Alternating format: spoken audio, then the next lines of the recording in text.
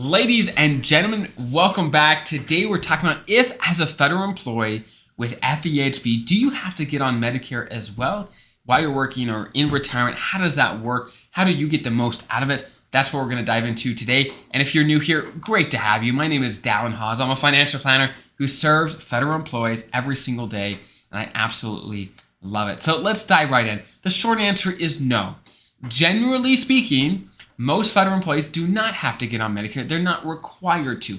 However, there's a couple different exceptions. Number one, if you are a USPS employee, they're changing the rules and you're not going to be in FEHB for very long. You're going to be in PSHB, Postal Service Health Benefits, which under that plan, you are going to have to go into Medicare in order to keep your PSHB into retirement. So I've got other videos on that. Check that out if you want more information. But just know you're going to have to be on Medicare.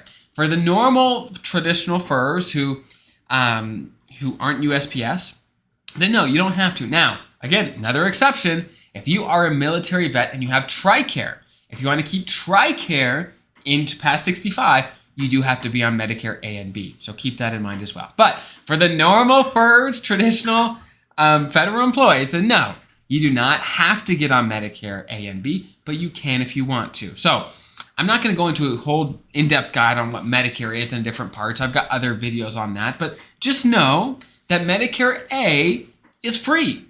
As a federal employee, you paid into the system. That one's free. That one's an easy no-brainer, okay? Medicare B costs money.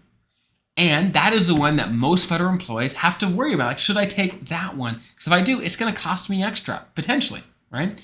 So when most people say, hey, should I take Medicare? They're talking about Part B because that one costs money. So here's the deal.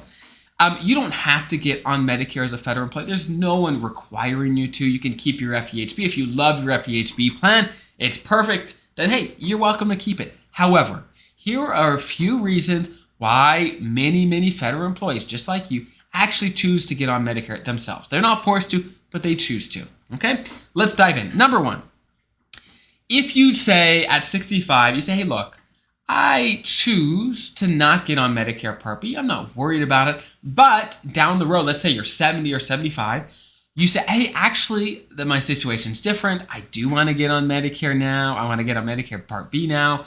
Can I do it? And the answer is yes, you can do it later, but the government's going to give you a 10% per year penalty to your premiums for Part B for every year you waited and then got back in later, okay? So if you don't get on Medicare right away, you're gonna pay some penalty. So that's why it's important to know what you're looking at and know what you're talking about before you get into this range of age 65 or retirement, whichever one's later, when you have to make this decision. So that's why many people say, hey, look, I don't know if I'm gonna need Medicare. I'm gonna go ahead and jump on it so that if I end up needing it down the road, I'm already in the system. I don't have to worry about it more later, okay? That's reason number one. Reason number two is if you have Medicare and FEHB, that is two coverages, meaning you can have an FEHB plan and a Medicare plan. And generally speaking, in retirement, Medicare A and B are going to be your primary coverage. They're going to cover most things. And then FEHB is going to pick up whatever they don't most of the time. So most people with this combination pay very little out-of-pocket costs. Almost never do they pay deductibles, copays, etc., that sort of thing. So generally speaking, it's great coverage to have both. And as people move into retirement, they expect to have the highest medical expenses they're going to have of their life as they get older, right? That's just what most people expect. So that is when they like to have the most and best coverage, okay? That's another reason. Next, to have access to two different health insurance programs is really powerful.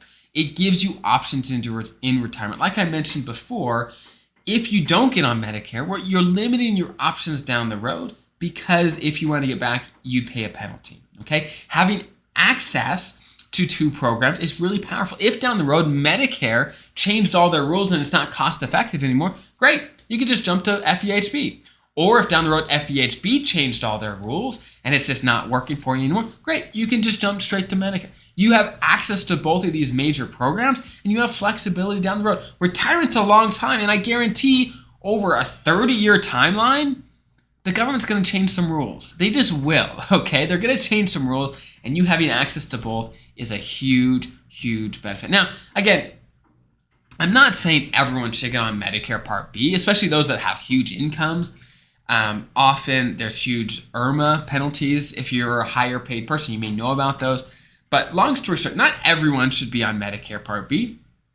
But these are just some things to think about. You're not required to, but you may want to. Okay? Next, last reason you may want to think about being on Medicare A and B is over time, FEHB plans, what they tend to do is push more and more responsibility, and they basically cover less and less because they assume people age 65 plus have Medicare. They say, hey, look, this is the sort of thing Medicare normally covers. We're going to choose not to cover it to push more and more responsibility onto Medicare.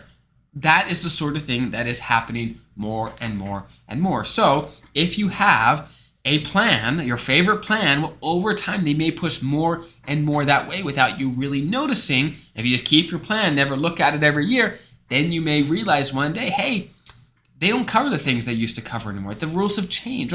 You have to be vigilant. You have to be aware that plans are going to change, rules are going to change, and you want flexibility. You want options into retirement. But 100% you are able, if you want to, just keep your FEHB plan. There's no reason that you can't. Again, you just may want to think about all the options, right? Think about the options. That's my job here as a financial planner, is to help you think about the options so you find the option that is best for you. So if you have any other follow-up questions, there is, put in the comments. I love how you guys go in and help each other. That's wonderful. Also, there's a link in the description if you want to submit the question to us, and we'll base our future content based on the things you guys are most interested in. So I hope that's helpful. Have an incredible rest of your day. I'll see you guys next time.